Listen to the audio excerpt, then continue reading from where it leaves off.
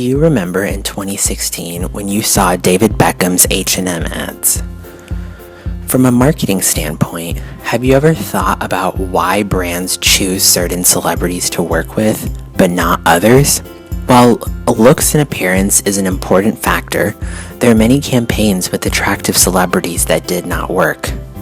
What is the strategy behind choosing which celebrities are a good fit and which are not? Watching this video will help you find out, and we'll use David Beckham as a case study. When brands are deciding which celebrities they want to work with, they must first think about the neuroscience of their target audience. When a customer sees a celebrity endorsing a product, what goes on in their brain? Does the celebrity have influence over them? And if they do, why is that? There are two types of neural processing that occur when a consumer sees a celebrity endorsing a product. The two types are central and peripheral. With central processing, the consumer sees the celebrity as a credible source.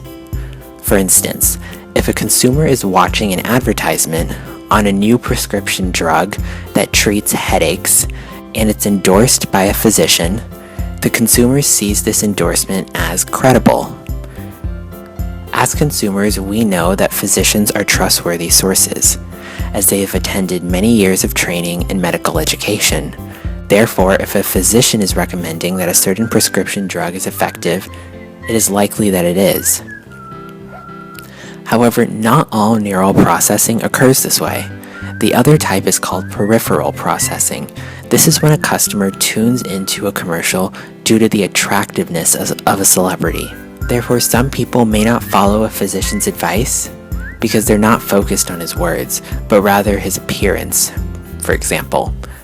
However, if an attractive celebrity with no medical background recommended the prescription drug, some consumers would be likely to trust them. They are not as focused on the credibility of the source, but rather are attracted to their looks, appearance, personality, the vibe they're giving off, or something else. A good example of a celebrity who also has credibility is Dr. Mike, a physician who is active on social media but also shares accurate information about health. While health information may not be a product being sold, he serves as an excellent example that leverages both central and peripheral processing and the endorsement of health information. For many brands, a credible source is not necessarily needed.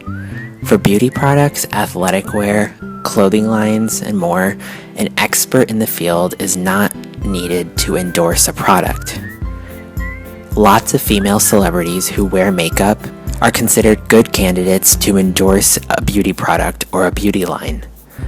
Several athletes could endorse a certain type of sports equipment. Lots of celebrities with a sense of style could endorse a clothing line.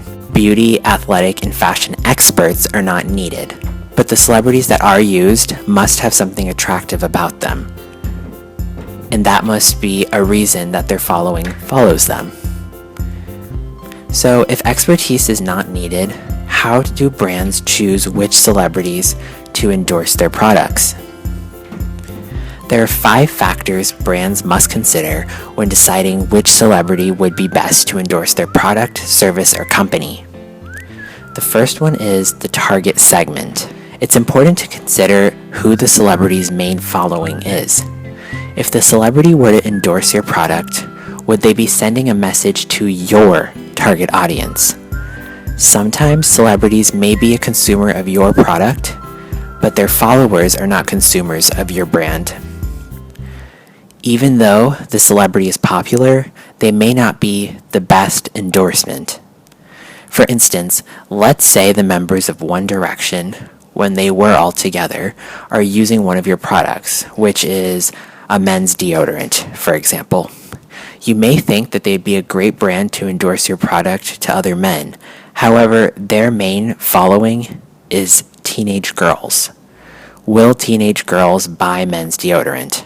Maybe some, the ones who are diehard fans of One Direction. However, this is not the best move for you to build your consumer base, which is men. You must determine whether the celebrity's following is your target segment. Number 2, the celebrity's values. It's helpful to know what the values of the celebrity are. You want to choose someone who will mesh well with your company's culture. People like to follow celebrities with similar values as them. If a celebrity endorses a brand, it's important that the brand also holds similar values. For instance, if a company is about women's empowerment and you work with a celebrity who holds sexist views, your consumers are not going to be pleased. That celebrity may have a large network, but your consumer base is not part of their network. Therefore, it's important to assess what the values of the celebrity are before building a partnership with them. Number 3 is attractiveness. Determine the attractiveness of the celebrity you plan to work with. While appearance may play a large part in physical attractiveness, it's not the only indicator. Attractiveness also speaks to personality, the celebrity's ability to connect with their consumers, how they hold themselves together, and some other factors. People like celebrities who create a whole image that is attractive. A pretty face may be nice to look at, but it's not enough to turn people into followers and eventually consumers. If the celebrity does not have that attractive quality about them, then it would be hard to get their followers to make purchases. An endorsement that the celebrity makes may not be enough to get the followers to act. Number 4 is the celebrity's price. An important consideration is how much the celebrity endorsement will cost you. How popular is the celebrity?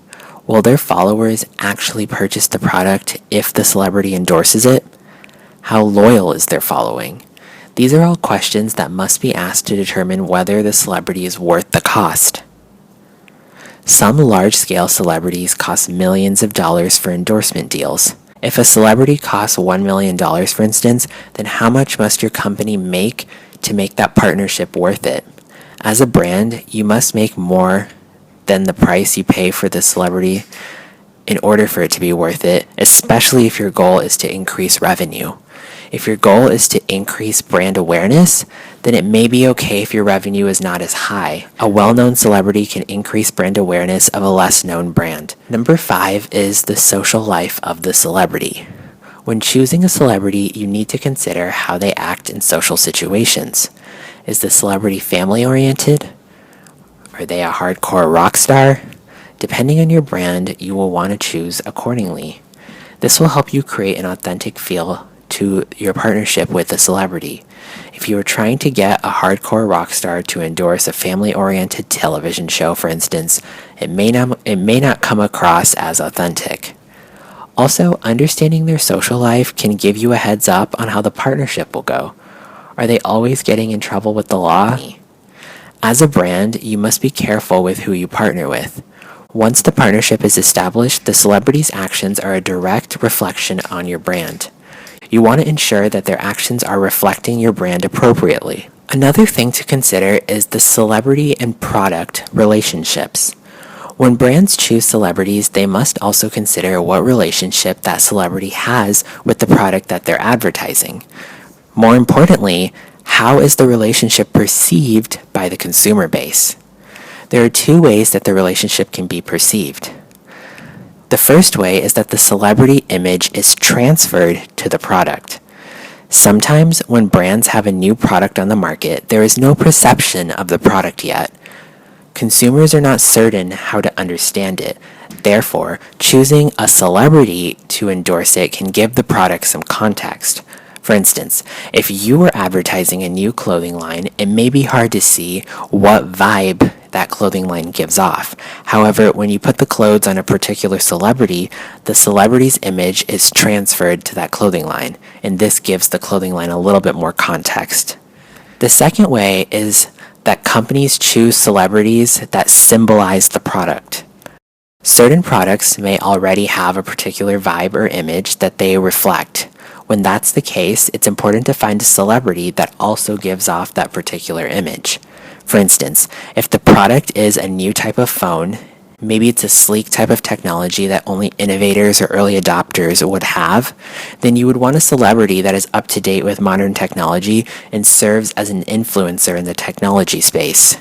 This would make the most sense as the celebrity's image is a more modern and tech-savvy image, and that's the image that the product is giving off as well. Okay, now with our case study on David Beckham and H&M. Many of you are familiar with David Beckham, one of the top soccer/football players in the world. However, in his personal life, he has developed an iconic style that has changed the way men consider fashion. As a respected athlete, he was able to showcase how a traditionally masculine man can update his style. This resonated with many men around the world, from them changing their hairstyles to upgrading their wardrobes. So, why did David Beckham work as a celebrity endorser for H&M? H&M, which is a Swedish brand, has a wide range of consumers. They are part of the fast fashion world, and they are able to mass produce highly fashionable items for affordable prices. H&M's use of celebrities allows them to tie their brand with the style and aesthetic of celebrities, ultimately communicating to those celebrities' followings that H&M is a brand that the celebrity uses. So H&M must find celebrities who represent similar values and cultivate images that reflect their clothing styles. They must strategically leverage celebrities to communicate the demand for their clothes. They're not trying to serve a luxury market as their clothes are at a lower price point. However, by using high-profile celebrities, they're able to create a luxury feeling for a wider audience with varying levels of income. In 2011, David Beckham had a line called Bodywear, which included several different products. His partnership with H&M increased their consumer base and aligned the popularity and attractiveness of David Beckham with their brand. They were able to leverage his fans from the soccer world, as well as the many men who saw him as a style icon. Anytime Beckham was in the news, people who awed at his style and attractiveness were also looking at H&M then. This was a good publicity move for H&M. Beckham served as a good example of a celebrity endorsement for the brand H&M. However, as time goes on and brands evolve, H&M made the decision in 2016 to end their partnership with Beckham to bring on younger models. This happens with celebrity endorsements. Celebrity followings may change, and sometimes the brands want to evolve their own brand to stay relevant to the target audience. As Beckham got older, he became less relevant to the young demographic that they were trying to reach. Beckham was and is still an icon to many men around the world when it comes to style. However, nowadays there are many men who can meet the style standards that Beckham set.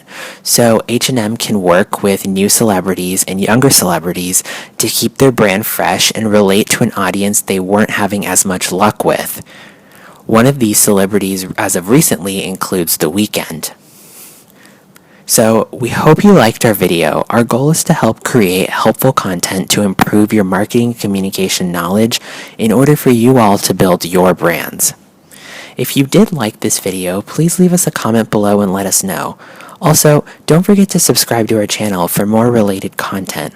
This helps us know which types of video you would like to see more of. Thanks for watching, everyone. We'll see you in the next one. Have a great day.